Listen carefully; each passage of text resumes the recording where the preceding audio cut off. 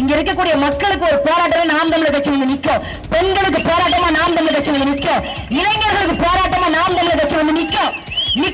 இந்த அண்ணா நம்ப மாட்டீங்க, போஸ்டல் ஓட்டுல தாறுமாறா குத்திருக்காங்க. தாறுமாறா விசில தான் வரணும். ரிஜெக்ட் ஆன ஒரு 100 ஓட்டுங்க, 100 ஓட்டு விசில் தான். அப்படி ஓட்டு போட்டிருக்காங்க.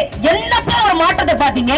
அதுக்கு படிச்சு சொல்லக்கூடிய நீங்களே இந்த மாதிரி வந்து மாற்றம் எது ஏமாற்றம் எதுன்னு தெரியாம ஓட்டு போட்டீங்க அப்படின்னா சாதாரண மக்களை நாங்க என்னப்பா சொல்றது? என்ன சொல்றது சொல்லுங்க? எது மாற்றம் சொல்லுங்க? எது? ஒரே ஒரு கேள்விதான். சூலூர்ல 10 வயது சிறுமி பாதிக்கப்பட்டாலா? வெஸ்ட் ஜோன் ஐஜி அம்மையார் ரம்யா பாரதிக்கு நாங்க ஒரு வேண்டுகோள் விடுக்கிறோம். உங்க கையில துப்பாக்கி இருக்குல்ல, அது எதுக்கு இருக்கு? பூ பறிக்க இருக்காமா? சுட்டு கொள்ளுங்க.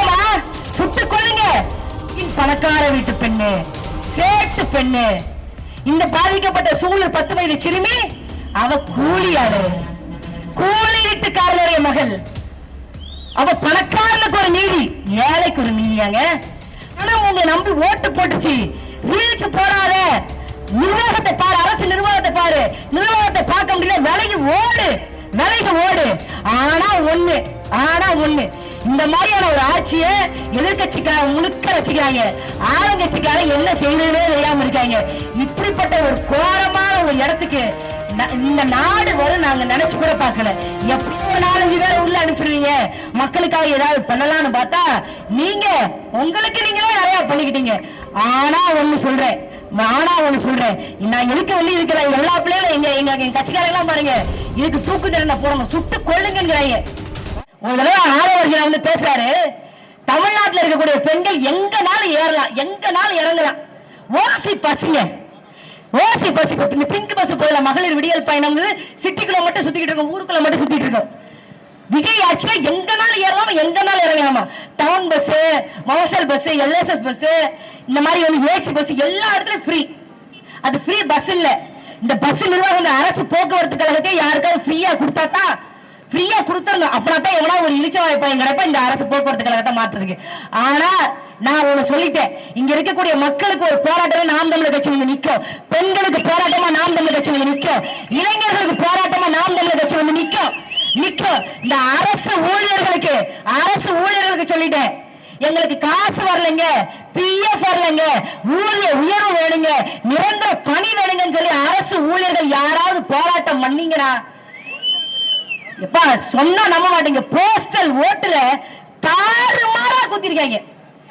தாறுமாறா விசில தான் வரணும். ரிஜெக்ட் ஆன ஒரு 100 ஓட்டுங்க, 100 ஓட்டு விசில் தான். அப்படி ஓட்டு போட்டிருக்காங்க. என்னப்பா ஒரு மாற்றத்தை பாத்தீங்க? அடுத்தவங்களுக்கு படிச்சு சொல்லக்கூடிய நீங்களே இந்த மாதிரி வந்து மாற்றம் எது ஏமாற்றம் எதுன்னு தெரியாம ஓட்டு போட்டீங்க அப்படின்னா சாதாரண மக்களை நாங்க என்னப்பா சொல்றது? என்ன சொல்றது சொல்லுங்க? எது மாற்றம் சொல்லுங்க? ஒரே ஒரு கேள்விதான். சூலூர்ல 10 வயது சிறுமி பாதிக்கப்பட்டாலா? வெஸ்ட் ஜோன் ஐஜி அம்மையார் ரம்யா பாரதிக்கு நாங்க ஒரு வேண்டுகோள் விடுக்கிறோம். உங்க கையில துப்பாக்கி இருக்குல்ல, அது எதுக்கு இருக்கு? பூ பறிக்க இருக்காமா? சுட்டு கொள்ளுங்க. இந்த நாட்டினுடைய இந்திய ஒன்றிய அரசாங்கத்தினுடைய குடியரசுத் தலைவராக இருக்கக்கூடிய திரௌபதி முர்மு 4 வயசு குழந்தைய பாலியல் வன்கொடுமை செஞ்சு கொலை செய்தவருடைய கருணை மனு நிராகரிக்கிறாங்க.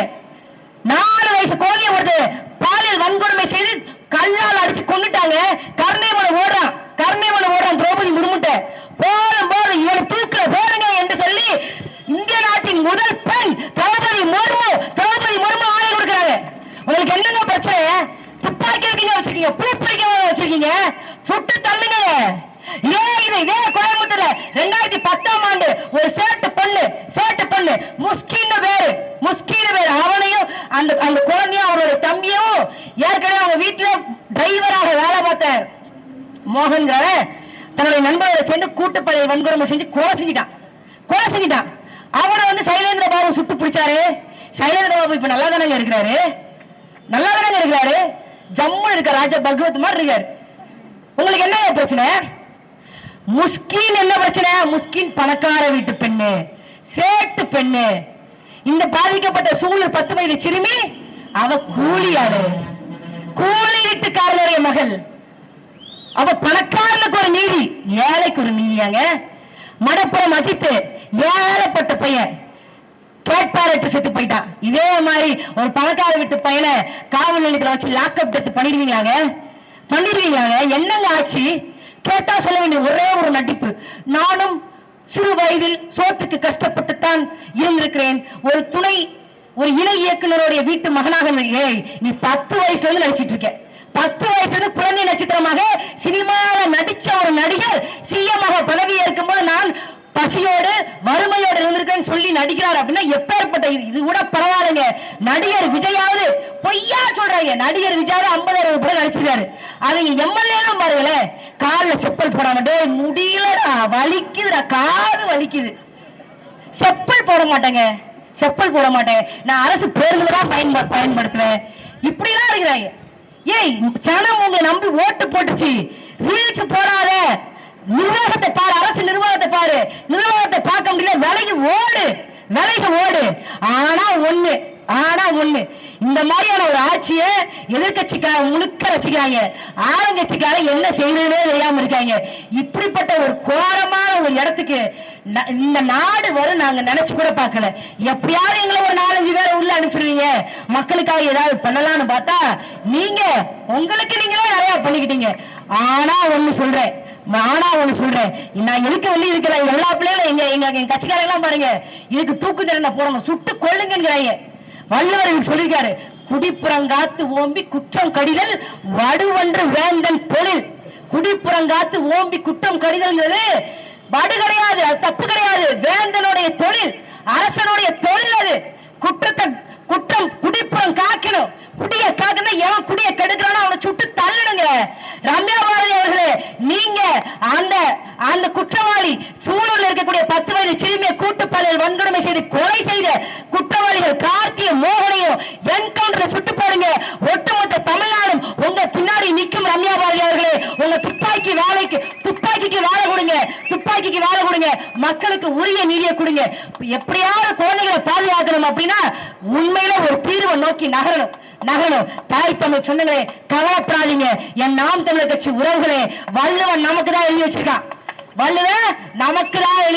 மிகுதியான் மிக்கவை செய்தாரே தாந்தம் தகுதியால் வென்று விடல்.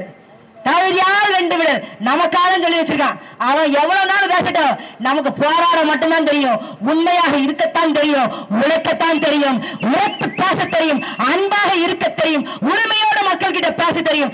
நம்மள மக்கள் இன்றனாலும் என்றாவது ஒரு நாள் நம்மளை ஆட்சி அரியணைக்குள் வைப்பார்கள். இந்த கோமாளிகளை ஆட்சி அரியணை வைக்கும் போது நம்மளை போன்ற போராளிகள் ஆட்சி அரியணை வைக்க மாட்டார்களா? உறுதியாக வைப்பார்கள். மனசை விட்டாதீங்க.